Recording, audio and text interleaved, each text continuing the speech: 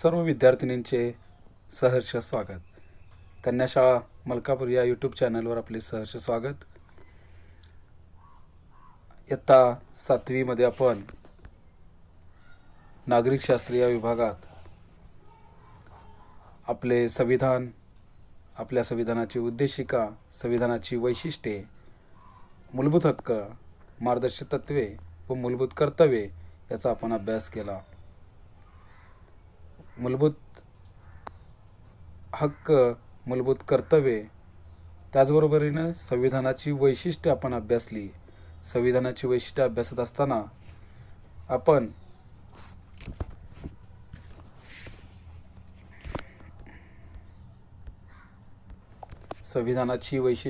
असताना आपण संघ राज्यव्यवस्थेचा आपण अभ्यास केला. संघ राज्यव्यवस्था म्हणजे भारत हा राज्यांचा संघ असून भारतासारख्या मोठा भूप्रदेश आणि सामाजिक विविधता लाभलेल्या देशामध्ये एकच शासन पद्धती उपयुक्त ठरणार नव्हती, म्हणून आपण संघराज्य पद्धतीचा स्वीकार केला होता असे आपण शिकलो. संपूर्ण देशासाठी कायदे करणारे शासन म्हणजेच केंद्र शासन आणि केवळ घटक राज्यापुरते कायदे करणारे शासन म्हणजे राज्य शासन, अशा दोन शासन व्यवस्थेला मिळून संघराज्य व्यवस्था असं आपण म्हणतो. या संघराज्य व्यवस्थेचा आपण अभ्यास करत असताना त्यांच्या अधिकारांची विभागणी, त्याचबरोबर भारताने स्वीकारलेली शासन पद्धती, न्यायव्यवस्था, निवडणूक आयोगाचे कामकाज यासंबंधी आपण अभ्यास केला. आता आपण नागरिकशास्त्राच्या 8वीच्या पाठ्यपुस्तकाच्या सहाय्याने संसदीय शासन पद्धतीची ओळख करून घेणार आहोत. संसदीय शासन पद्धतीची स्वतंत्रपणे विस्तृत ओळख करून घेणार आहोत. 7वी मध्ये आपण याच संसदीय शासन पद्धतीचा आपण अभ्यास केला, पण तो सविस्तर स्वरूपात न करता अगदी थोडक्यात त्याचा आपण अभ्यास केला. पण आता इयत्ता 8वीच्या पाठ्यपुस्तकाच्या सहाय्याने आपणाला संसदीय शासन पद्धतीची सविस्तर ओळख करून घ्यायची आहे. तसेच संसद, केंद्रीय कार्यकारी मंडळ, भारतातील न्यायव्यवस्था, राज्यव्यवस्था, नोकरशाही याचाही स्वतंत्रपणे सविस्तर आपल्याला अभ्यास करायचा आहे. तर चला मग पाहूया संसदीय शासन पद्धतीची ओळख या पहिल्या प्रकरणामध्ये आपल्याला काय काय अभ्यास करायचा आहे.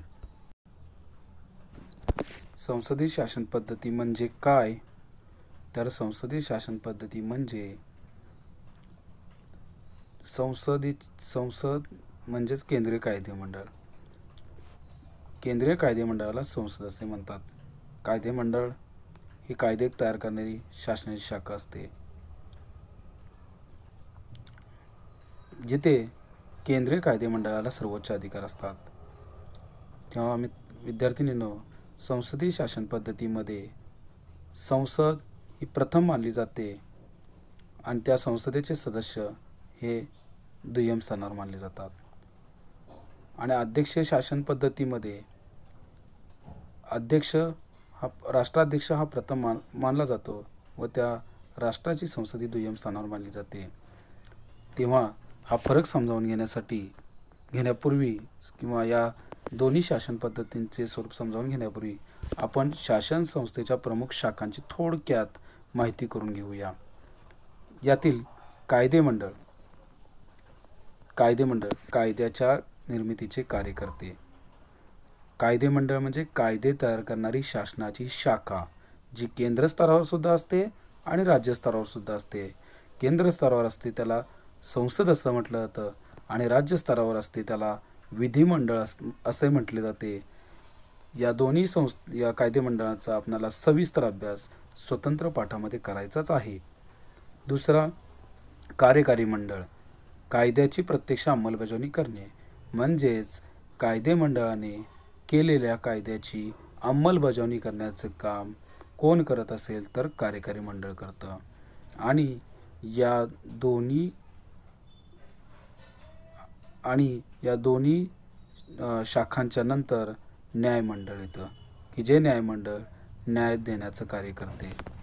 या तिन्ही शाखांची कार्ये, त्यांच्या अधिकार क्षेत्र, त्यांच्यावरील मर्यादा, तिन्ही शाखांचे परस्परामधील संबंध हे संविधान ठरवते. म्हणजेच न्यायमंडळ हे आपण यापूर्वीच्या पाठामध्ये याचा अभ्यास केलेला आहे, तेव्हा आपल्या लक्षात आलेलं आहे की न्यायमंडळ हे स्वतंत्र एक व्यवस्था असते की ज्या व्यवस्थेच्या माध्यमातून संविधानाला अनुसरून राज्यकारभार चालतो की नाही हे पाहण्याची जबाबदारी या न्यायमंडळावर असते. तेव्हा आता आपण शासन पद्धतीचे जे प्रमुख 2 प्रकार आहेत त्याचा आपण थोडक्यात अभ्यास करूया.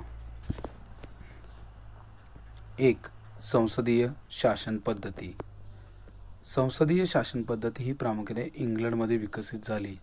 इंग्लंडमध्ये अलिखित संविधान असून आजही तेथील बराचसा राज्यकारभार रूढ संकेताच्या म्हणजेच नियमांच्या आधारे चालतो.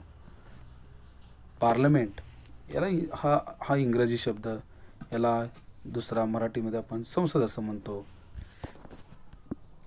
ही अशीच तेथे उत्क्रांत झालेली संस्था आहे. पार्लमेंटवर आधारित पार्लमेंटरी शासन पद्धती हे इंग्लंडचे योगदान मानले जाते. भारतात ही शासन पद्धती संसदीय शासन पद्धती म्हणून आपण स्वीकारलेली आहे. अर्थात इंग्लंडमधील पार्लमेंटरी शासन पद्धती व भारतातील संसदीय शासन पद्धतीमध्ये व्यापक अर्थाने साम्य दिसते, परंतु संस्थात्मक आशयाचा दृष्टीने जर विचार केला तर भारतीय शासन पद्धती वेगळी आहे. ती का वेगळी आहे तर त्यासाठी आपण भारतीय संसदीय शासन पद्धतीची वैशिष्ट्ये समजावून घेऊ. भारतीय संसदीय शासन पद्धतीची वैशिष्ट्ये. 1. राज्यकारभाराची एक पद्धत. संसदीय शासन पद्धती ही राज्यकारभाराची एक पद्धत आहे. केंद्रीय शासन यंत्रणेच्या कायदेमंडळाला संसद असे म्हटले जाते. राष्ट्रपती, लोकसभा व राज्यसभा मिळून संसद तयार होते. विद्यार्थिनींनो, केंद्रीय कायदेमंडळाला संसद असे म्हटले जाते. देशाच्या राज्यकारभारासाठी लोकांनी निवडून दिलेल्या प्रतिनिधींचं जे कायदेमंडळ असतं त्याला संसद असे म्हणतात, की ज्या संसदेमध्ये लोकसभा हे कनिष्ठ सभागृह असते व राज्यसभा हे वरिष्ठ सभागृह असते आणि या दोन्ही सभागृहातील सदस्य मिळून कायदे निर्मितीचं काम करत असतात. राष्ट्रपती, लोकसभा आणि राज्यसभा मिळून संसद तयार होते. म्हणजे संसदेचे घटक कोणकोणते? 1 राष्ट्रपती, 2 लोकसभा आणि 3 राज्यसभा. तुम्हाला सर्वांना माहीत आहे बाळांनो की आपल्या देशाचे सध्याचे राष्ट्रपती रामनाथ कोविंद हे आहेत आणि लोकसभा आणि राज्यसभा या दोन्ही सभागृहामध्ये सदस्याचे काम करतात. त्यांना आपण खासदार या नावानं संबोधत असतो. यानंतर दुसरं वैशिष्ट्य आहे संसदेच्या लोकसभेतील प्रतिनिधी जनतेतून थेटपणे निवडले जातात. या सभागृहातील सदस्यांची संख्या निश्चित असते. म्हणजे प्रतिनिधी जनतेतून थेटपणे निवडले जातात. कुठले प्रतिनिधी? लोकसभेतीलच प्रतिनिधी जनतेतून थेटपणे निवडून दिले जातात. राज्यसभेतील प्रतिनिधी थेटपणे निवडून दिले जात नाहीत. थेटपणे म्हणजे काय रे? तर संसदेच्या लोकसभेतील प्रतिनिधींची निवड ही जनतेच्या प्रत्यक्ष मतदानानं केली जाते.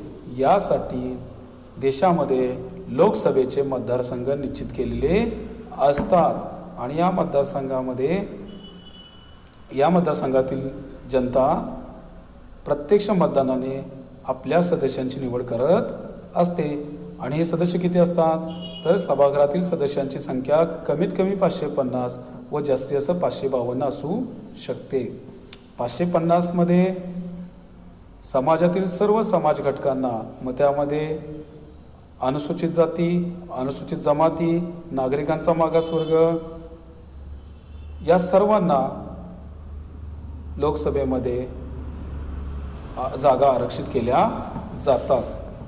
काही वेळेला राष्ट्रपतींना वाटलं की ॲग्लो इंडियन समाजाला पुरेसं प्रतिनिधित्व मिळालं नसल्यास राष्ट्रपती त्या समाजातील 2 प्रतिनिधींची लोकसभेमध्ये निवड करू शकतात. अँग्लो इंडियन म्हणजे काय, तर आई भारतीय आणि वडील किंवा त्यांचे पूर्वज जर इंग्रज असतील तर त्यांना अँग्लो इंडियन असे संबोधलं जाते.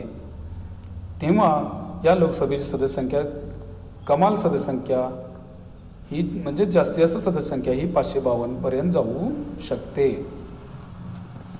तिसरं वैशिष्ट्य आहे, लोकसभेच्या निवडणुका ठराविक मुदतीनंतर होतात.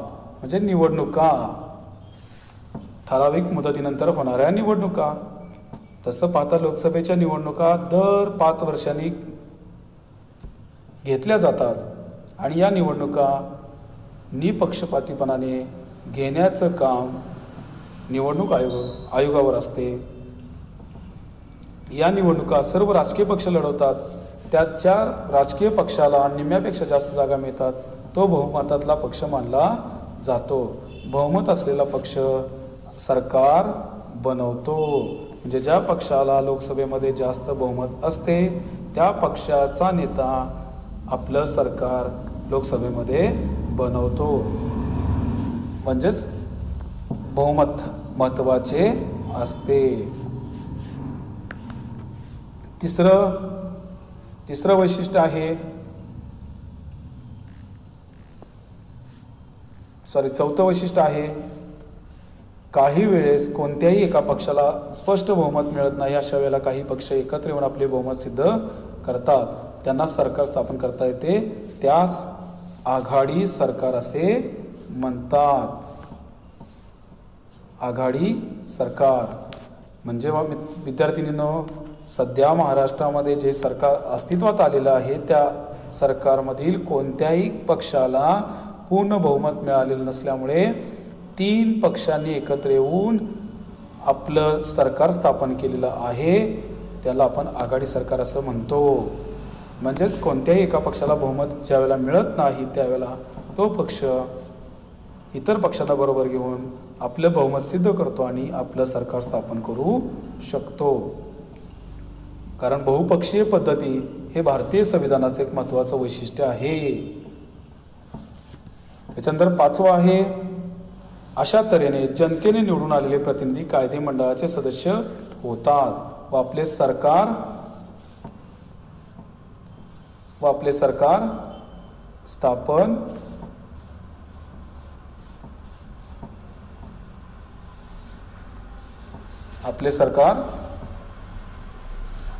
स्थापन करता येते.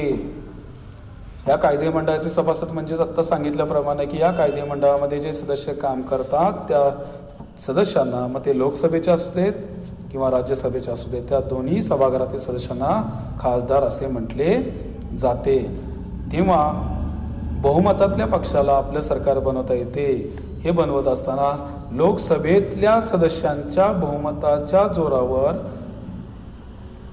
एखादा पक्ष आपली सत्ता लोकसभेमध्ये स्थापन करू शकतो. राज्यसभेच्या सदस्यांचं बहुमत सरकार स्थापन करताना विचारात घेतलं जात नाही. त्याच्यानंतर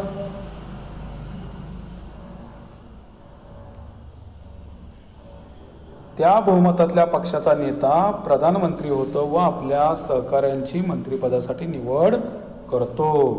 म्हणजेच ज्या पक्षाला बहुमत असतं त्या पक्षाचा नेता आपल्या सहकाऱ्यांची निवड करतो.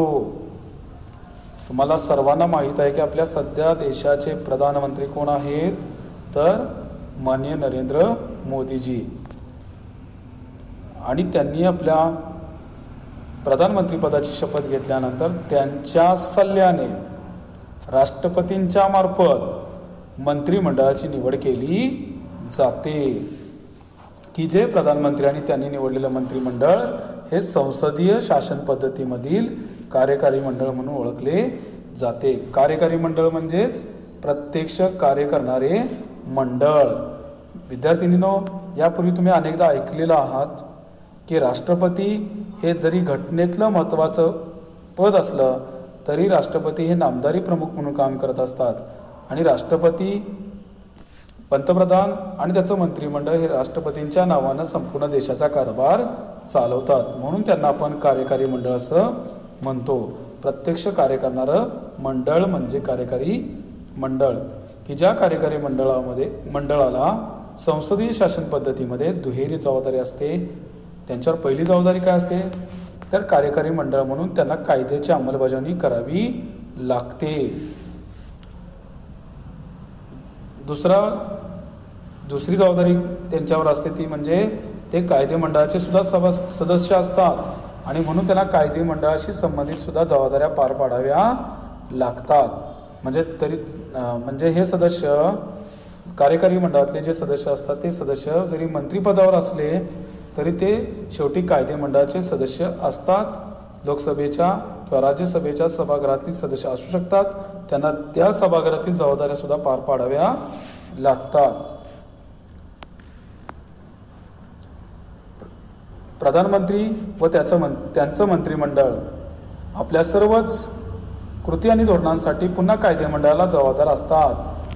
याचा अर्थ मंत्रिमंडळाला कायदेमंडळाला बरोबर घेऊन राज्यकारभार करावा लागतो. म्हणूनच संसदीय शासन पद्धतीला जबाबदार शासन पद्धती म्हणतात. जबाबदार शासन पद्धती हे लोकशाहीचं महत्त्वाचं वैशिष्ट्य आहे. जबाबदार शासन पद्धती म्हणजे मंत्रिमंडळ कामकाज करत असताना ते कायदेमंडळाला जबाबदार राहून कामकाज करत असते. जोपर्यंत लोकसभेतील सदस्यांचा पाठिंबा असतो तोपर्यंतच या ठिकाणी मंत्रिमंडळ सत्तेवर राहू शकते.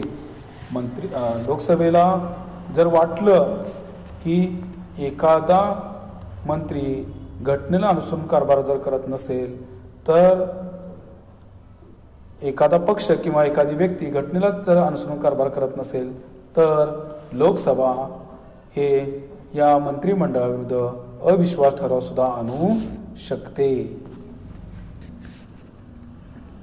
म्हणजेच जबाबदार शासन पद्धती म्हणजे काय तर शेवटी कोणतेही कायदे असू दे ते कायदे तयार केल्यानंतर मंत्रिमंडळाला कायदेमंडळाला बरोबर घेऊन राज्यकारभार करावा लागतो. एखाद्या खात्याचा निर्णय हा राज्याचा निर्णय मानला जातो.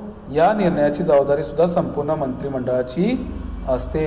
म्हणजे एखाद्या खात्याने घेतलेला निर्णय असेल तो निर्णय जेव्हा त्या निर्णयाची अंमलबजावणी होते तेव्हा तो अंमलबजावणी झाल्यानंतर तो निर्णय यशस्वी होतो किंवा तो अयशस्वी होतो तेव्हा त्याची सर्वस्वी जबाबदारी या ठिकाणी त्या खात्याच्या मंत्र्याची नसून संपूर्ण मंत्रिमंडळाची असते.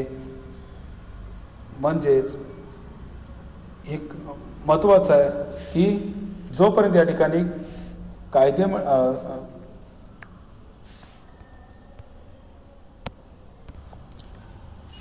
ती प्रत्यक्षात कशी आणली जाते ते उदाहरणासहित आपण पुढील 2 पाठामध्ये पाहणार आहोतच. मंत्रिमंडळाची कामे या संबंधी आपणाला अभ्यास पुढील पाठामध्ये करायचा आहेच. त्याच्यानंतर संसदीय शासन पद्धतीमध्ये कार्यकारी मंडळ कायदेमंडळाच्या विश्वासावर अवलंबून असते. याचा अर्थ जोपर्यंत कायदेमंडळाचा कार्यकारी मंडळाला पाठिंबा अथवा संमती असते तोपर्यंतच कार्यकारी मंडळ म्हणजेच प्रधानमंत्री व त्यांचे मंत्रिमंडळ अधिकारावर राहते.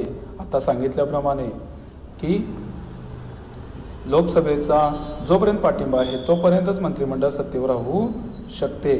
कायदेमंडळाला किंवा संसदेला जर असे वाटले की आपल्या इच्छेनुसार कार्यकारी मंडळ काम करत नाही तेव्हा संसद अविश्वास ठराव मांडून कार्यकारी मंडळाला सत्तेपासून दूर करते. की जो अविश्वास ठराव या नियंत्रणाचे एक प्रभावी साधन आहे. संसदीय शासन पद्धतीमध्ये संसद किंवा कायदेमंडळ श्रेष्ठ असते. लोकांनी निवडून दिलेले प्रतिनिधी सामान्य जनतेच्या अपेक्षा संसदेत व्यक्त करतात. लोकहितासाठी काय केले जावे हे संसद ठरवते. ते लोकांच्या प्रतिनिधीचं सभागृह असल्याने व जनतेचा सर्वश्रेष्ठ अधिकार व्यक्त करत असल्याने संसदेचा दर्जा श्रेष्ठ असतो. म्हणून एक लक्षात घ्या, आपण संसदीय शासन पद्धती जेव्हा विचारात घेतो तेव्हा संसद ही प्रथम मानली जाते. त्यानंतर त्या संसदेचे सभागृहातील सदस्य दुय्यम स्थानावर मानले जातात. म्हणून आपल्या भारतामध्ये संसदीय शासन पद्धती आहे आणि ही संसदीय शासन पद्धती आपण संविधानाने स्वीकारलेली आहे. मग का स्वीकारली संसदीय शासन पद्धती आपण का स्वीकारली तर त्यामागची काही कारणं आहेत. ती कारणं आपण थोडक्यात समजावून घेऊ. ब्रिटिशांच्या राजवटीच्या काळामध्ये भारतात संसदीय संस्थांची निर्मिती झाली होती. ब्रिटिशांनी या पद्धतीने राज्यकारभार करण्यास सुरुवात केली होती. संसदीय शासन पद्धती हा सुद्धा भारतीय स्वातंत्र्य लढ्याचा एक आविष्कार आहे. त्यामुळेच या पद्धतीचा भारतीयांना परिचय झाला होता. संविधान सभेमध्ये या पद्धतीवर बरीच चर्चा झाली. संविधानकर्त्यांनी या पद्धतीत भारतीय परिस्थितीला अनुकूल ठरतील असे बदल केले आणि त्यामुळे आपण संसदीय शासन पद्धती त्यानंतरच्या कालावधीमध्ये स्वीकारली. संसदीय शासन पद्धतीचे एक वैशिष्ट्य आहे. संसदीय शासन पद्धतीचं वैशिष्ट्य काय आहे तर पहिलं वैशिष्ट्य बाळांनो विचार विनिमयाला वाव. म्हणजे संसदीय शासन पद्धतीमध्ये प्रत्येक मुद्द्यावर चर्चा घडवून आणली जाते. विचार विनिमय केला जातो. कोणताही निर्णय एक व्यक्ती एक संस्था घेऊ शकत नाही. तर संसदेच्या सभागृहातील सर्व सदस्यांना विचारात घेऊन निर्णय घ्यावा लागतो. म्हणजे विचार विनिमयाला मोठा वाव आपल्याला यामध्ये दिसून येतो. दुसरं वैशिष्ट्य आहे सार्वजनिक हितांच्या प्रश्नावर संसदेमध्ये चर्चा होते. म्हणजे देशाचा राज्यकारभार करत असताना लोकांचं नागरिकांचं हित कशामध्ये आहे, कोणत्या कायदे केल्यानंतर नागरिकांच्या जीवनामध्ये बदल होतील हे पाहिलं जातं आणि या सार्वजनिक हितांच्या प्रश्नावर चर्चा घडवून आणून त्याविषयी कायदे केले जातात. म्हणजेच यासाठी लोकसभा हे थेट जनतेचं प्रतिनिधित्व करणारं सभागृह असल्यामुळे लोकसभा हे सर्वश्रेष्ठ सभागृह आपण म्हणतो. कारण सार्वजनिक हिताच्या प्रश्नावर संसदेत चर्चा घडवून आणण्याचं एक महत्त्वाचं काम या लोकसभेला करावं लागतं. त्यानंतर तिसरं वैशिष्ट्य आहे या चर्चेमध्ये विरोधी पक्षांचे सदस्यसुद्धा सहभागी होतात. उदाहरणार्थ योग्य ठिकाणी शासनाला सहकार्य करणे असेल, धोरणातले किंवा कायद्यातील त्रुटी दाखवून देणे असेल, प्रश्नांची अभ्यासपूर्वक मांडणी करणे असेल, ही सगळी कामं या ठिकाणी एक विरोधी पक्ष म्हणून विरोधी पक्षाला करावी लागतात. आणि यामुळेच संसदेला अधिक निर्दोष कायदे करणे शक्य होते. उदाहरण घेतलं तर आपला राष्ट्रीय शैक्षणिक धोरण 2019चा येणारा कायदा असेल किंवा त्यापूर्वी घेतलेला एखादा कायदा प्राथमिक शिक्षण सक्तीचं मोफत करणे असेल, ज्यासंबंधीचा जो कायदा होता तो कायदासुद्धा मंजूर होण्यापूर्वी असाच सभागृहामध्ये चर्चेला आणून त्यावर सर्व सभागृहातील सदस्यांची मते विचारात घेऊन त्यातील त्रुटी दूर करून तो कायदा अस्तित्वात आला. म्हणजेच असे अधिक निर्दोष कायदेसुद्धा करणे आपल्याला शक्य होते. धन्यवाद.